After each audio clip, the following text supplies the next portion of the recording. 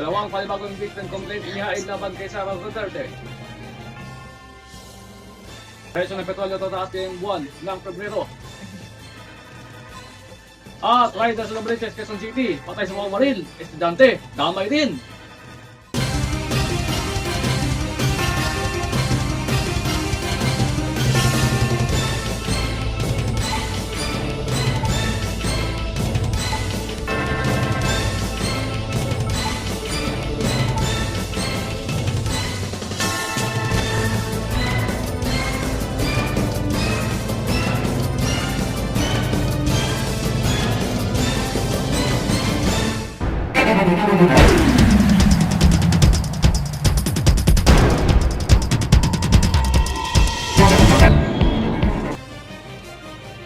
Mga nagbipo, ito ang Metro Balita, mga balita sa sobrang kabihas na. Dalawang panibagong impeachment complaint inihain laban kay Sara Duterte. Dalawang panibagong impeachment complaint ang sinampa laban kay Vice Presidente Sara Duterte noong Lunes ayon sa ulat. Sa isang ulat, sinabi na isinampa ng mga miyembro ng Makabayan Koalisyon ang reklamo sa tanggapan ng kalihim general ng kapulungan ng mas ng mga kintawan. Ito ay sinakayunan ng Makabayan Bloc.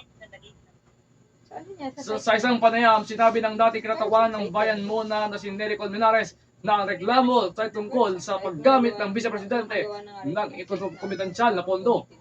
Sinabi ng dating kinatawan ng ACT Pictures Party List na si Franz Castro na naniniwala silang nagtatak silang ni Duterte ang tiwala ng publiko. Samantala, presyo ng petrolyo tataas ngayong buwan. Mapipilitan ang mga motorista na magbayad ng mas mataas na presyo ng mga produktong petrolyo kada linggo kasabay ng pag-aanunsyo ng mga retailer noong Lunes na sa pagserye ng pagtaas ng presyo para sa gasolina at pang-anim na linggo para sa diesel at kerosene.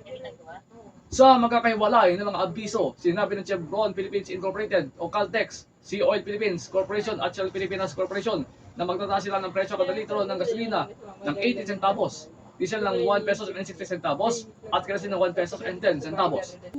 Magkakabisa ang mga pagbabago sa presyo ng lahat ng mga kumpanya sa ganap na alas 11 ng umaga o alas 6 ng umaga sa Martes, Febrero 3. Maliban sa clean fuel na mag-adjust ng presyo ng alas 4 ay 1 ng hapon sa parehong araw.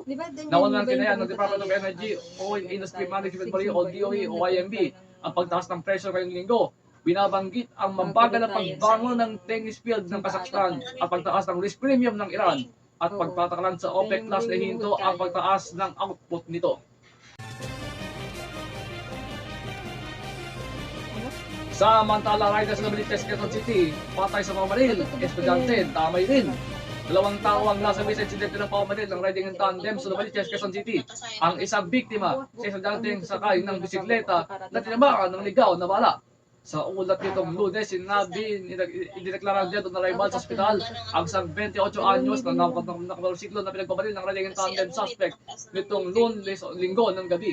Dadamay naman ang sabihin sa tama ng ligaw na bala sa hita ang 24 anyos na criminology student na sakay naman noon ng bisikleta. Sa CCTV footage, makikita na hinahabol ng mga pulis at tumatakas ng mga suspect sa Quirino Highway sa Novaliches, Quezon City dakong alas 11 ng gabi. Patuloy na inimbestigahan ng mga otoridad ang motibo sa krimen at pagtugis sa mga suspect.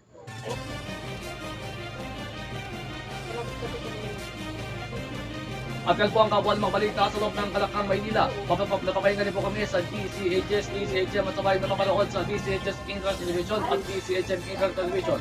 Maaari din pong mag-email, nais balita sa Official Balitaan Plus at gmail.com.